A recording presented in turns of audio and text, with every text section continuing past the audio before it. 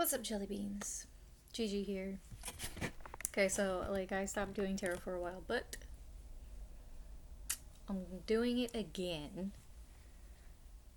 This time it's not to make fun of anybody. This time it's for realsies. Okay, so at the beginning we have the Page of Pentacles and the Knight of Pentacles. At the very start of the reading, they came out together. If you know anything about tarot, you know that one is usually at the beginning, in the middle, or towards the end. And you can actually watch like a slow progression. Now, I have been getting the Knight of Pentacles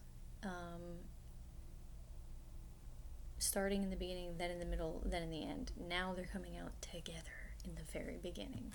So, obviously, that means that this earth energy is moving really quickly.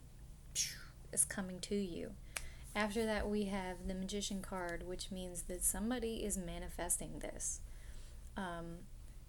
It's being pulled in. So I'm going to show you the spread.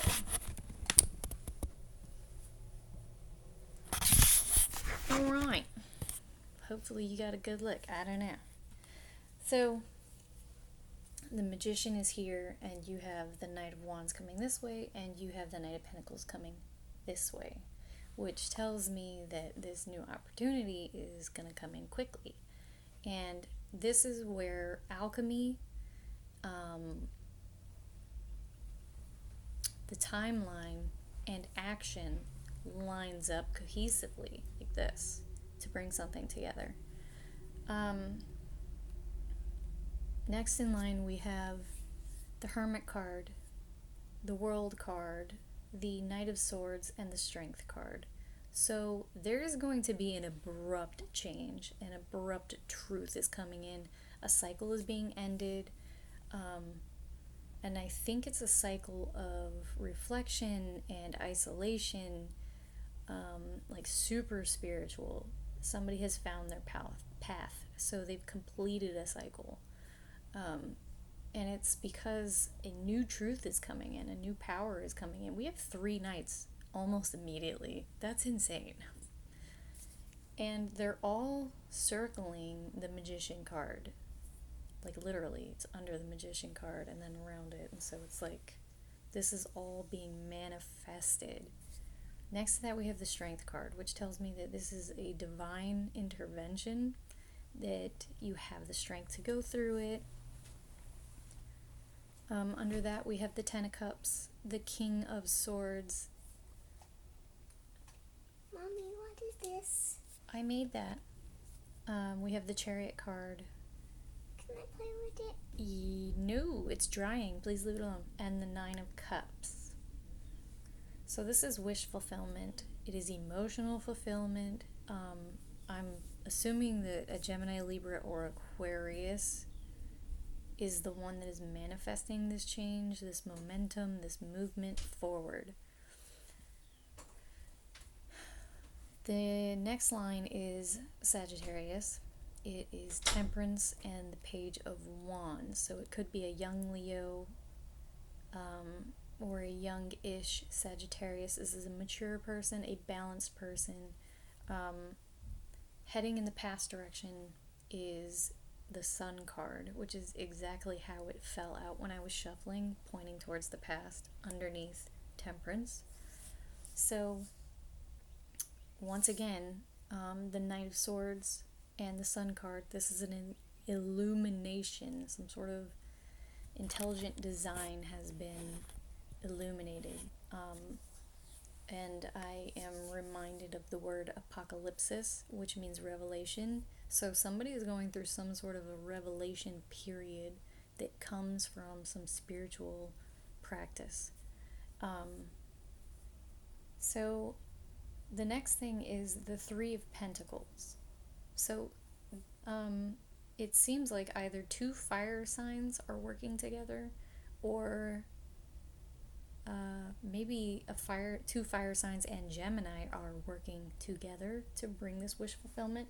Underneath the Nine of Cups on the line above came out the Ace of Cups facing forward. My cuppeth runneth over.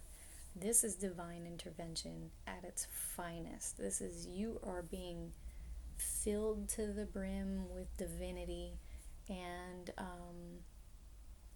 this is youth and emotion and healing and all kinds of other things like that. Okay, the very next line is the King of Pentacles, the Six of Cups, the Seven of Swords, and the Lover's card. We have two sixes. The King of Pentacles is a husband. He is abundant. He works hard. Directly over top of the King of the Pentacles is the Death card, pointing towards the past, which means at some point there was a rebirth or somebody actually physically died, because over top of the Death card and the King of Pentacles is the Six of Pentacles. So somebody could have passed away. This could be somebody from your past.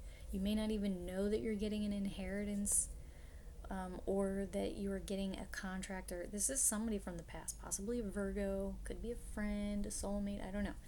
But the Seven of Swords is oftentimes mistaken as somebody's coming in and they're stealing from you and they're looking back because they're going to go back for more, and that's actually not the truth.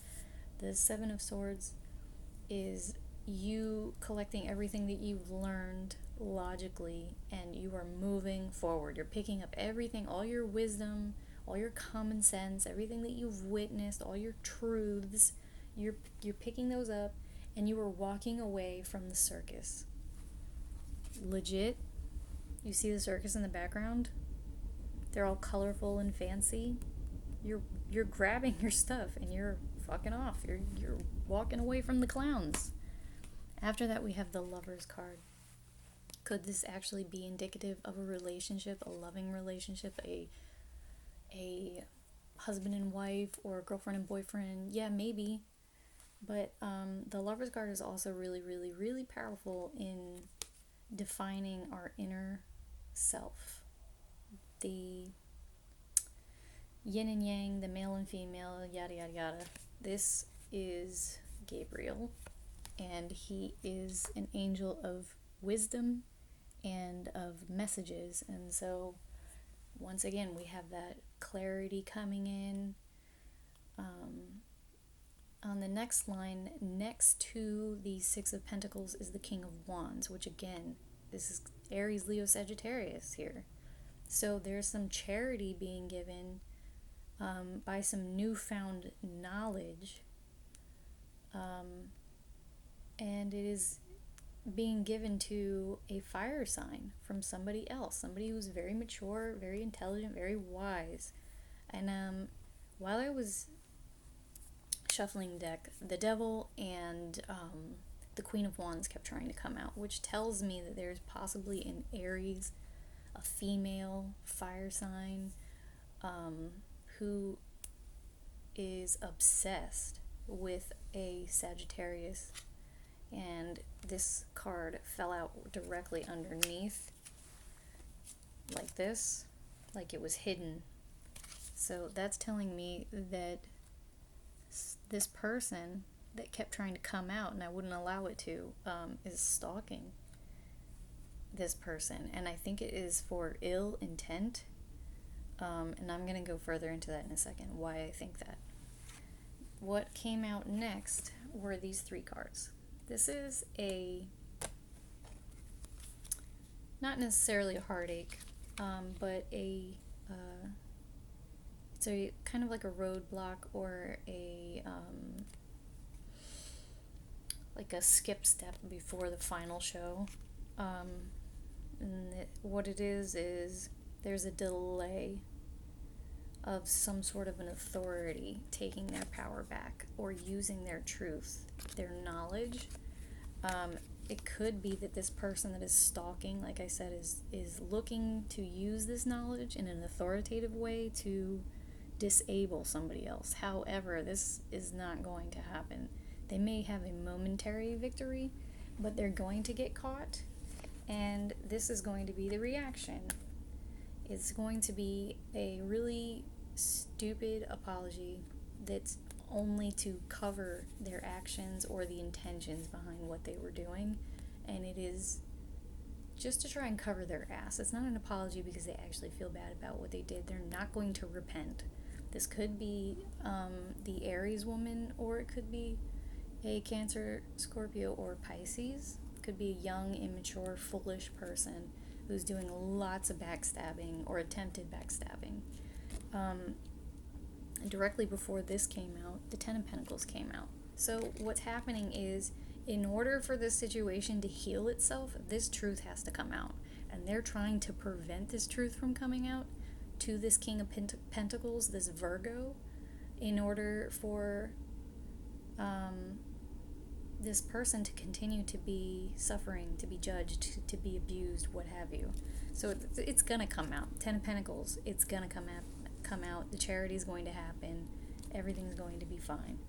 The end result of the situation is going to be the High Priestess taking their love, their emotion, their affection, and putting it into a true relationship, a true friendship, and having respite from this trouble. And so we have a true pair here with the Magician and the High Priestess. And it looks like she's going to invest in this love, and it is going to be heaven after hell.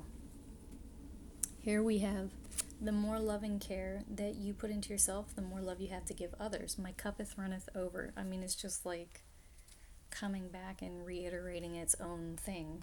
Let things come and go, stay calm, don't let anything disturb your peace, and carry on. So there might be a storm on the horizon, but at the end of the day, let it happen, because this small storm for you is going to turn into a big ass storm for whoever this person is that is stalking, lying, cheating, and they're going to come in with their little fake ass apologies. So don't worry about it. Let it go. Let it happen. Things are going to work out in the end. You are manifesting this change, and sometimes change is a little bit painful or uncomfortable. And then later on, we see that the reason why those changes are uncomfortable is because we needed to go through discomfort to see the snakes in the grass. You know what I'm saying? Like, maybe you stepped on some crabgrass because you had no shoes on, but the crabgrass stopped you from stepping on the snake and getting bit and dying. So, yeah, hope I didn't talk too fast. If I did, I'm sorry. Slow it down. There's a little thing.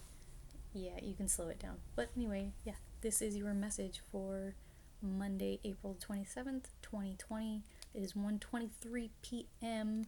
I've been trying to get this message out for 3 days. This is your Pluto retrograde message. Somebody is obsessed with you, and Pluto is going to magnify it and blow it up until they can't handle it anymore. So this truth is going to come out. I do have a blog on Reddit. I'm called Weeful Waffle. If you like shenanigans, musings, if you like the truth, if you want a good laugh, if you want to see my spiritual journey or what my thoughts are on spirituality, you can go on over there and check it out. Alright, peace. Love you guys.